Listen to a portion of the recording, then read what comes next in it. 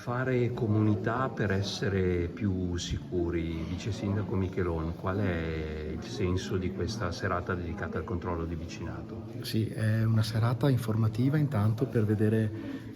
affinché partano nelle varie località diversi gruppi di persone in grado di osservare il territorio, perché sicurezza non è solo controllo, sicurezza è anche presenza, è anche vedere che vicino a te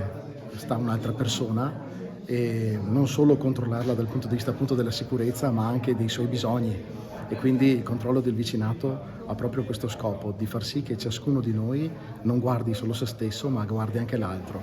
È bello sapere che in una comunità c'è sempre qualcuno che pensa a te, specialmente magari quando non sei neanche a casa, quindi che la tua via, il tuo quartiere è al sicuro. Dal punto di vista amministrativo avete fatto già tutti i passaggi e quindi adesso bisogna partire. Certo, dal punto di vista amministrativo abbiamo già firmato il protocollo con la prefettura di Treviso, ancora nel 2025, poi come amministrazione ci siamo dati qualche mese di tempo per capire con quale associazione avviare e abbracciare questo progetto e questa sera siamo proprio qui col colonnello Claudio D'Angelo ad avviarlo, per far sì che appunto diversi cittadini possano, coordinati da un coordinatore di via,